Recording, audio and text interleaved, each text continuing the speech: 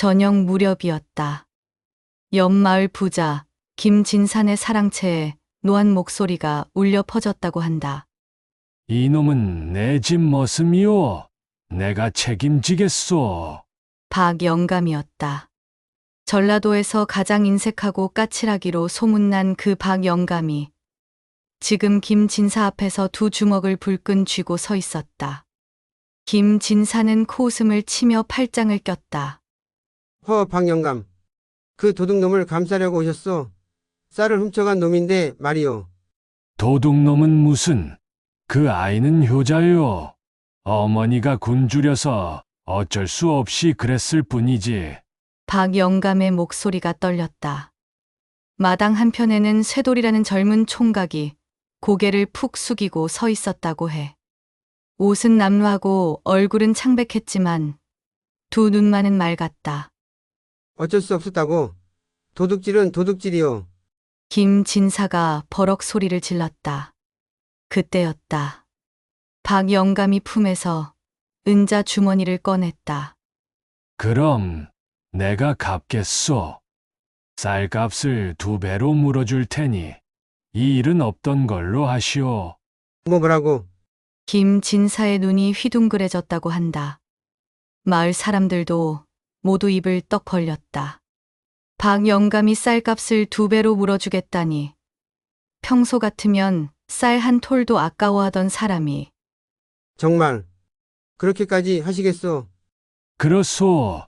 그 아이는 내 집 머슴이니 내가 책임지겠소. 박영감의 목소리는 단호했다. 쇠돌이는 그 자리에 무릎을 꿇고 눈물을 흘렸다고 해. 영감님, 자, 이 일이 어찌 된 일이냐 하면 3달 전으로 거슬러 올라가야 한다. 그때는 한여름이었고 박영감은 아직 쇠돌이를 만나기 전이었다고 해. 옛날 조선시대의 전라도 어느 마을에 박영감이라는 양반이 살고 있었다. 이 박영감이 워낙 까칠하기로 소문난 사람이라 동네 사람들은 그를 독사 영감이라 불렀다고 해. 혀가 독침보다 날카로워서 한마디만 들으면 사흘은 속이 쓰렸다고 한다. 허허, 요즘 젊은 것들은 일도 못하면서 밥은 석 그릇씩 처먹는다니까. 박영감의 입버릇이었다.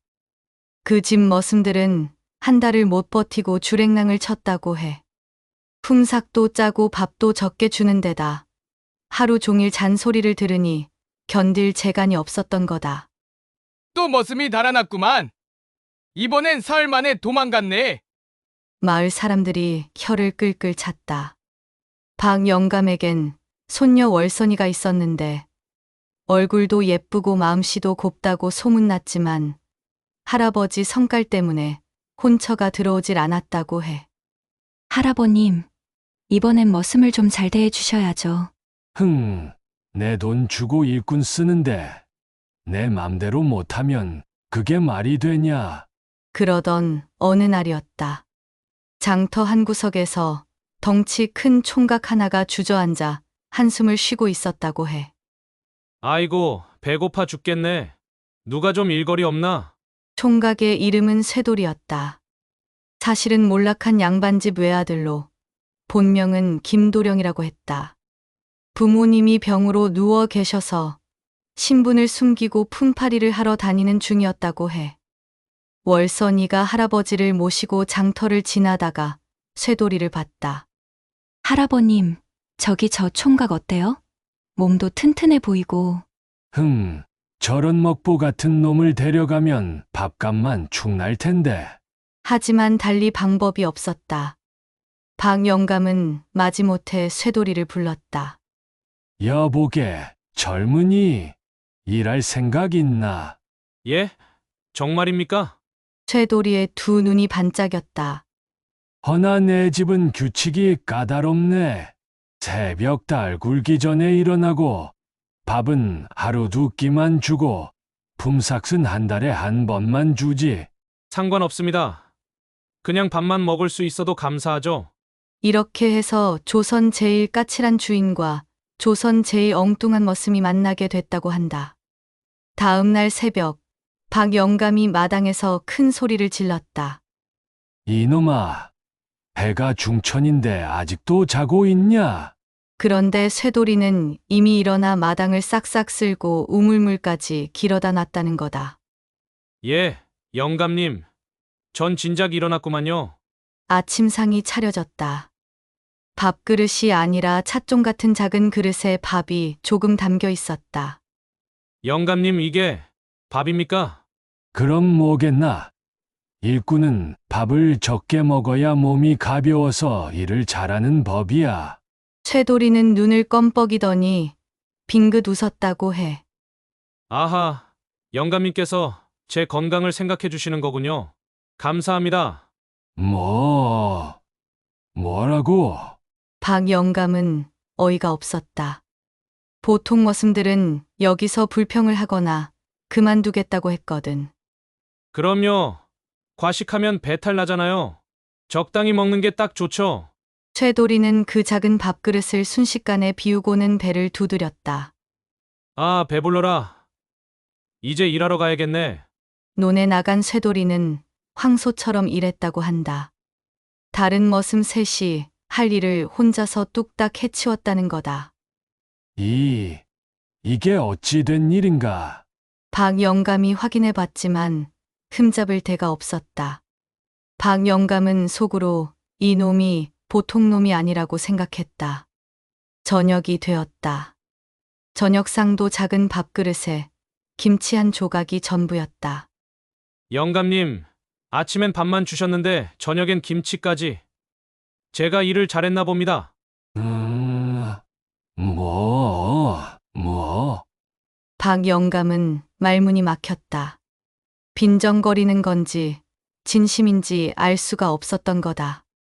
그렇게 며칠이 지났다. 박 영감은 쇠돌이를 더 시험해 보기로 했다. 어느 날 아침 상에 물만 한 사발 놓았다. 오늘 아침은 거르도록 하게. 아하, 영감님 말씀이 맞습니다. 저도 요즘 배가 좀 나온 것 같더라고요. 오늘은 금식하는 게 좋겠습니다. 박 영감은 어이가 없어서 멍하니 그 뒷모습을 바라봤다. 세상에 저런 놈도 다 있나? 한낮이 되자 쇠돌이가 논두렁에 주저앉았다. 배가 고파 기운이 없는 게 분명했지만 불평 한마디 없이 물만 마시고 있었다. 몰래 주먹밥을 싸서 나갔다. 총각님, 이거라도 드세요. 할아버지 몰래요. 아가씨, 정말 고맙습니다. 아가씨는 천사 같은 분이구만요. 괜찮아요. 할아버지는 원래 좀 까칠하세요. 하지만 나쁜 분은 아니에요. 그럼요. 영감님도 저를 시험해 보시는 거잖아요. 월선이는 놀랐다. 다른 사람 같으면 할아버지를 원망했을 텐데 쇠돌이는 오히려 이해하고 있었던 거다. 그날 저녁 박 영감은 머슴방으로 갔다. 쇠돌이가 촛불을 켜고 뭔가 열심히 쓰고 있었다. 뭘 하는 거냐? 아, 영감님. 낮에 본 새 이름을 기록하고 있습니다. 박 영감은 쇠돌이가 쓴 글씨를 봤다. 글씨체가 예사롭지 않았다. 영락없는 양반집 글씨였다. 너 글을 어디서 배웠냐? 어릴 적 서당에서 조금 배웠습니다. 내 집안이 어떻게 되느냐? 그냥 평범한 집안입니다. 부모님이 연로하셔서 제가 모셔야 해서요. 박 영감은 더 이상 묻지 않았다. 하지만 뭔가 사연이 있다는 걸 눈치챘다. 그날 밤, 박 영감은 잠을 이룰 수가 없었다. 다음 날 아침, 처음으로 밥을 정상적으로 차렸다. 영감님, 오늘은 밥그릇이 커졌네요. 너무 말라서 보기 민망하더라. 주인 체면이 있지 않겠나? 역시 영감님은 좋은 분이십니다. 그렇게 한 달이 흘렀다. 어느 날 저녁, 쇠돌이가 밭에서 넘어져 옷이 찢어졌다. 이놈아, 옷을 그렇게 입으면 어떡하냐? 죄송합니다, 영감님. 됐다. 당장 벗어라. 꿰매 줄 테니. 박 영감은 그날 밤 쇠돌이의 옷을 꼼꼼히 꿰맸다. 월선이가 놀라서 물었다. 할아버님께서 어쩐 일로 바느질을 하십니까? 저놈이 일은 잘하는데 옷이 저 꼴이니 채통이 안 서지 않겠나. 하지만 월선이는 알았다. 할아버지가 쇠돌이를 좋아하기 시작했다는 걸. 며칠 후 장터에서 이상한 일이 벌어졌다. 쇠돌이가 쓰러질 듯 비틀거리는 노인을 만났던 거다. 어르신, 괜찮으십니까? 물 좀. 쇠돌이는 주저없이 자신의 품삯으로 국밥 한 그릇을 사다 드렸다. 고만네 젊은이. 사흘째 굶었었네. 천만에요. 누구나 어려울 때가 있죠. 노인은 쇠돌이의 손을 꼭 잡았다. 자네는 좋은 사람이야. 하늘이 반드시 복을 내려줄 거네. 쇠돌이는 품삯을 다 써버려 빈손으로 돌아왔다. 박 영감이 버럭 소리를 질렀다. 심부름 보낸 물건은 안 사오고 뭘 했다는 거냐? 죄송합니다. 굶은 노인을 봐서 그냥 지나칠 수가 없었습니다. 박 영감이 화를 내려다가 그만 입을 다물었다. 쇠돌이의 눈빛이 너무나 맑고 진실해서 차마 꾸짖을 수가 없었던 거다. 에휴. 알았다. 다음부턴 조심해라. 월선이는 그 모습을 보며 미소를 지었다. 할아버지가 점점 마음을 열고 있다는 걸 알았던 거다. 어느 날 쇠돌이가 창백한 얼굴로 돌아왔다. 손에 편지 한 통을 쥐고 있었다. 무슨 일 있어요? 제 어머니가 위독하시답니다. 당장 가봐야 할 것 같아요. 그럼 어서 다녀오세요. 쇠돌이는 급히 집을 나섰다. 박 영감은 화를 냈다. 일도 안 끝났는데 그냥 가버렸다고? 역시 믿을 놈이 못 돼. 할아버님, 어머니가 위독하셔서 핑계야. 다들 그렇게 핑계를 대고 도망가는 거야. 며칠 동안 박 영감은 화가 잔뜩 나 있었다. 쇠돌이가 없으니 일은 산더미처럼 쌓였다. 역시 사람은 믿을 게 못 돼. 그놈도 결국 도망간 거야. 하지만 일주일 후 쇠돌이가 돌아왔다. 얼굴은 초췌했지만 두 눈은 여전히 맑았다. 영감님, 다녀왔습니다. 너 돌아왔구나. 당연하죠. 제가 할 일이 남아있는데 어떻게 안 올 수 있겠어요? 내 어머니는 다행히 고비를 넘기셨습니다. 약값이 없어서 걱정이지만 그날 밤 박 영감은 월선이를 불렀다. 월선아, 내일 장에 가거든 약방에 들러서 보약을 좀 사오너라. 할아버님께서 드실 거예요? 아니다. 그냥 쓸 데가 있어서. 다음 날 아침 박 영감은 쇠돌이에게 보약 한 첩을 건넸다. 이걸 내 어머니께 갖다 드려라. 영감님, 이게 됐다. 품삯에서 깎을 테니 걱정 말고. 쇠돌이는 그 자리에서 눈물을 뚝뚝 흘렸다. 영감님, 감사합니다. 정말 감사합니다. 아이고, 징글맞게 왜 우는 거냐. 하지만 박 영감의 눈가도 촉촉해져 있었다. 그날 저녁이었다. 그날 저녁 마을에 좋지 않은 소문이 돌기 시작했다. 옆마을 부자 김진사가 쇠돌이를 수배했다는 거다. 쇠돌이라는 놈이 내 집사를 훔쳐갔다. 당장 잡아들여라. 월선이가 급히 쇠돌이를 찾아갔다. 큰일 났어. 김진사가 내 놈을 도둑이라고. 아, 그게 쇠돌이는 창백한 얼굴로 고개를 떨궜다. 사실은 제가 몇 달 전에 김 진사님 집에서 일할 때 어머니가 너무 배고프다고 하셔서 쌀 한 대박을 몰래 가져왔습니다. 도둑질한 게 맞아요. 그럼 제가 가서 벌을 받겠습니다. 영감님께 누를 끼칠 순 없으니까요. 쇠돌이가 집을 나가려는데 박 영감이 버럭 소리쳤다. 어딜 가려고? 영감님, 저는 됐다.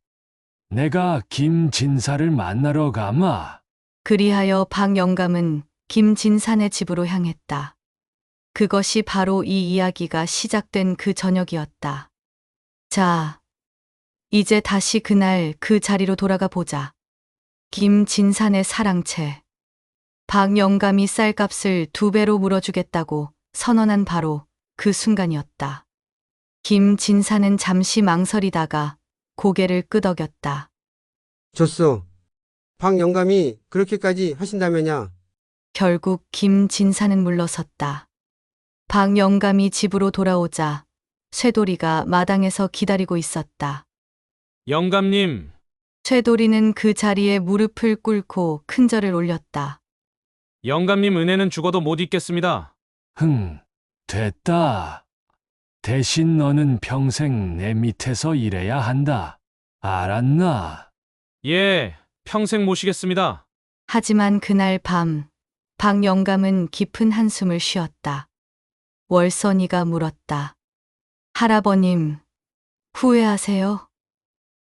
아니다. 후회는 안 해. 다만, 저 아이는 평범한 집안 출신이 아니야.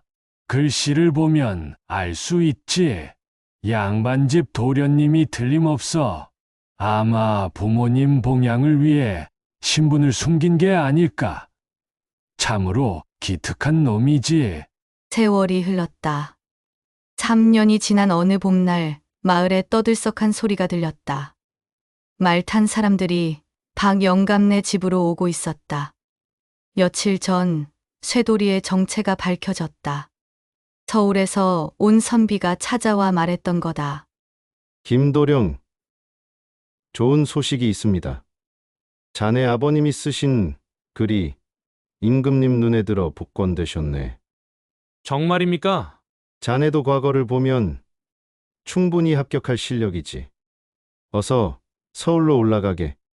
박영감의 목소리가 떨렸다. 어서 가거라. 이 멍청한 놈아. 내가 여기서 썩을 놈이 아니지 않느냐. 하지만 영감님께 빚은 무슨. 내가 일한 걸로 다 갚았다.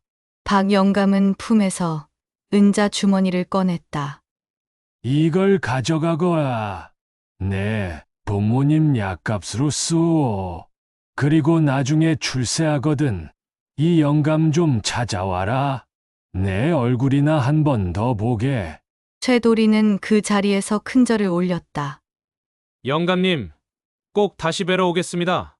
월선이도 눈물을 흘리며 배웅했다. 건강하세요. 그리고 꼭 다시 오세요. 쇠돌이가 떠난 후 박영감네 집은 쓸쓸해졌다. 박영감은 매일 마당에 나와 대문 쪽을 바라보곤 했다.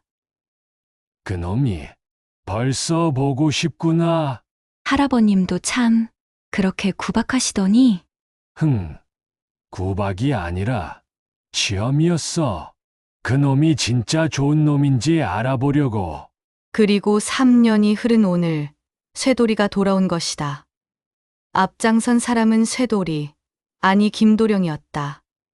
이제는 벼슬아치 옷을 입고 의젓한 모습이었다.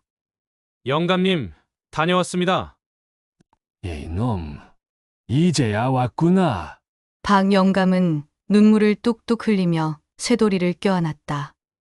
과거에 장원급제했습니다. 그리고 부모님도 건강을 회복하셨어요. 다 영감님 덕분입니다. 아이고, 이 자식아, 잘했다. 잘했어. 쇠돌이는 큰 보따리를 풀었다. 안에는 비단 옷, 쌀, 그리고 온갖 귀한 물건들이 가득했다. 영감님, 이제 편히 지내세요. 제가 모시겠습니다. 이놈아, 나는 내 신세 질 생각 없다. 대신에 말이야, 박영감은 월선이를 바라봤다. 우리 손녀하고 혼인하면 어떻겠느냐? 그럼 진짜 식구가 되는 거지. 쇠돌이와 월선이는 얼굴이 새빨개졌다. 영감님, 그게 제가 감히 왜? 싫으냐? 월선이가 수줍게 고개를 끄덕였다. 저도 좋아요. 이렇게 해서 쇠돌이와 월선이는 혼인을 했다. 박 영감은 사위를 얻었고 쇠돌이는 장인어른을 모시게 됐다. 이제 보니 내가 머슴을 구한 게 아니라 사위를 구한 거였구만. 허허, 영감님. 저는 평생 영감님 머슴입니다. 이놈아, 이제 사위인데 무슨 머슴이냐? 아닙니다. 영감님은 저를 사람 대접해 주신 첫 번째 분이세요. 평생 은혜를 잊지 못합니다. 세월이 흘러 쇠돌이는 높은 벼슬에 올랐지만 여전히 박 영감을 극진히 모셨다. 박 영감도 예전의 까칠함은 사라지고 손주들과 놀아주는 다정한 할아버지가 됐다. 어느 날 손주 하나가 물었다. 할아버지, 옛날에 아버지한테 밥을 작은 그릇에 주셨다며? 그건 말이야. 내 아버지를 시험해 본 거란다. 사람은 어려울 때 진짜 모습이 드러나는 법이지. 쇠돌이는 옆에서 빙긋 웃으며 말했다. 그때는 정말 배가 고팠지만 지금 생각하면 그게 다 복이었어요. 영감님을 만난 게 제 인생 최고의 행운이었으니까요. 이놈아, 나도 너를 만난 게 내 인생 최고의 행운이었다. 이로써 까칠한 박 영감과 엉뚱한 쇠돌이는 진짜 가족이 되었고 그들의 이야기는 마을 사람들 사이에서 오래도록 따뜻한 이야기로 전해졌다고 한다. 사람들은 이렇게 말했다. 보라, 사람을 볼 때는 어려운 상황에서 어떻게 행동하는지를 봐야 한다고.